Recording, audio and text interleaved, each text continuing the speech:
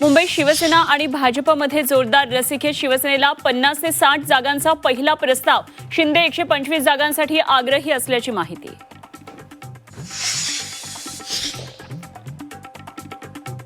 शिवसेना, उद्धव बाळासाहेब ठाकरे पक्ष आणि मनसेच्या मुंबईतील जागा वाटपाची चर्चा अंतिम टप्प्यात. पुढील 2 दिवसात युतीची घोषणा होण्याची शक्यता. राऊतांची माहिती.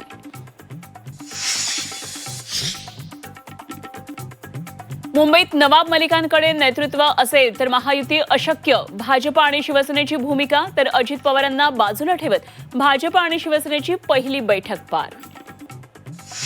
मुंबईत राष्ट्रवादीची महत्त्वपूर्ण बैठक. मनपा निवडणुकीसंदर्भात आज होणार बैठक. अजित पवार, सुनील तटकरे राहणार उपस्थित. बैठकीत युतीबाबत चर्चा होण्याची शक्यता.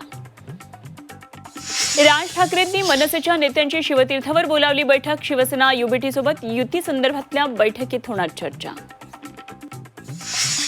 प्रकाश आंबेडकर, हर्षवर्धन सपकाळ यांची भेट. महापालिका निवडणुकांच्या पार्श्वभूमीवर चर्चा. मुंबई वगळता इतर ठिकाणी एकत्र लढण्याबाबत चर्चा. हिंगोलीत काँग्रेसला मोठा धक्का. आमदार प्रज्ञा सातव उद्या भाजपत प्रवेश करणार. झी 24 तासला विश्वसनीय सूत्रांची माहिती. सदनिका घोटाळा प्रकरणात राष्ट्रवादीचे आमदार आणि मंत्री माणिकराव कोकाटेंची 2 वर्षांची शिक्षा कायम. कोकाटेंना कोणत्याही क्षणी अटक होण्याची शक्यता. पिंपरी चिंचवडमध्ये राष्ट्रवादी शरदचंद्र पवार पक्षाला धक्का बसण्याची शक्यता. राहुल कलाटे पक्ष सोडण्याच्या तयारीत. राहुल कलाटे अजित पवारांच्या संपर्कात. कलाटेंपुढे भाजपचाही पर्याय खुला. एमआयएमच्या पतंग चिन्हावर शिवसेनेचा आक्षेप. संक्रांतीला पतंगोत्सवामुळे आचारसंहितेचा भंग.